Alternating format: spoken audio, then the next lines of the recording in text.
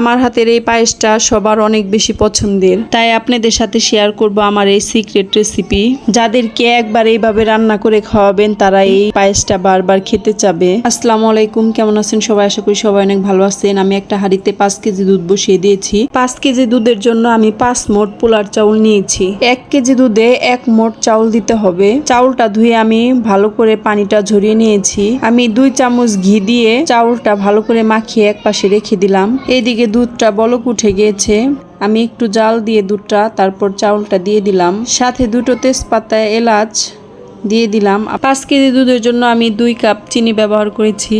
আপনারা চাইলে কম বা বেশি দিতে পারবেন। এখন আমি এটা মিডিয়াম আঁচে রান্না করব 40 মিনিটের জন্য। চুলার হিটটা বাড়িয়ে দিবেন না, তাহলে দুধটা ভালো করে জাল হবে না এবং পায়েসটা খেতেও মজা হবে না। এভাবে 5 মিনিট পর পর এসে শুধু একটু নাড়া দিলেই হবে। এখন 1 কাপ পানি 1/4 কাপ গুঁড়া দুধ দিয়ে ভালো করে মিশিয়ে নিব।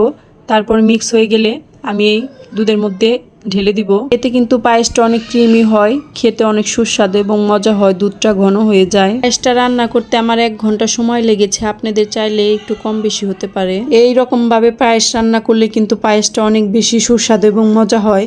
আপনারা চাইলে এই রেসিপিটি ফলো করতে পারেন। আমি শুধু এসে 5 মিনিট পর পর নেড়ে দিচ্ছি, কারণ না হলে পাতিলের তলায় লেগে যাবে। আমার পায়েসটা কিন্তু অনেক ঘন হয়ে গিয়েছে।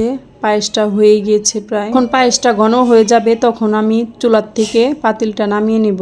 আমি এখন এই পায়েসটাকে সার্ভিং ডিশে সার্ভ করে নিব। ডেকোরেশনের জন্য আমি পেস্তা বাদাম কুচি করে নিয়েছি। এই পেস্তা বাদামগুলো আমি উপরে দিয়ে দিব। এর উপরে আমি কিছু জাফরান দিয়ে দিব। এটা চাইলে আপনারা স্কিপ করে যেতে পারেন, জাস্ট আমি শুধু সুন্দর দেখানোর জন্য এটা দিয়েছি। আমার পায়েসটা কিন্তু দেখে অনেক লোভনীয় লাগছে। এই পায়েসটা কিন্তু ঠান্ডা ঠান্ডা খেতে আরো বেশি মজা লাগবে। আমি এই পায়েসটা ঠান্ডা হয়ে গেলে ফ্রিজে রেখে দেবো। তো সবাই ভালো থাকবেন, সুস্থ থাকবেন। আল্লাহ হাফেজ।